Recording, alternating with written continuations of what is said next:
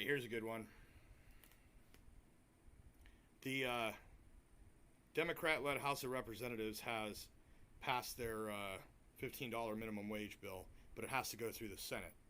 And so, on one hand, if it doesn't pass just before the election, the Senate refuses to pass it, or the president vetoes it even if they did.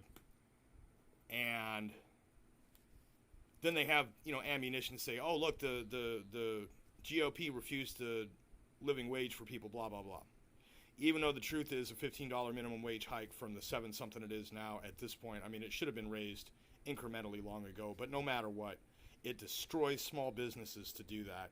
It basically reinforces the stranglehold that large corporations have on the same industries that small businesses operate, market-wise. It's not good, really, for anyone. The idea of let's just get more money for everybody doesn't necessarily work out. There's supply and demand and inflation, too much currency in the economy, and it leads in bad places, unfortunately. And of course, a lot of people don't understand that. They get caught up emotionally or propagandized or whatever, and their whole thing is, but more for me, which is why Bernie Sanders remains a popular candidate, even though it's obvious that nothing that he's proposed would lead to anything good. Now, there's another side to this, though. The other side to this would be, what if, just before the election, just to prevent the Democratic Party from using that argument, the GOP doesn't care about workers and poor people and whatever, small businesses or something, they went ahead and passed it, and the president signed it, and the inevitable economic crash would then be blamed on the Republicans somehow, probably for, it would be something like, well, we passed that bullshit law just because we knew people wanted to hear it, and it's their fault for, finalizing it, unrealistic as it was.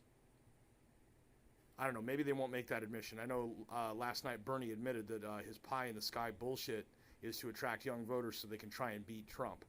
That's not a good reason, and it's just an admission of the same tired practices that all politicians use.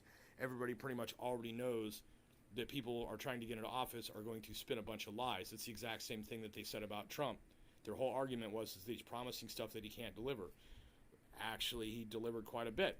But on the other side of that, again, the ideas that, like Sanders is talking about, are simply not realistic. They will not lead to good economic things. They will harm a lot more people than they will help. And of course, the morons and propagandized idiots won't see that. They'll, I don't know, be eating shit and thinking it's great. I don't know. But anyways, yeah. So the minimum wage law, it would be pretty funny if the Senate went ahead and passed that and the president signed it just so that they could be like, see, it doesn't work. And then the blame get thrown at them for passing an obvious politicized bill.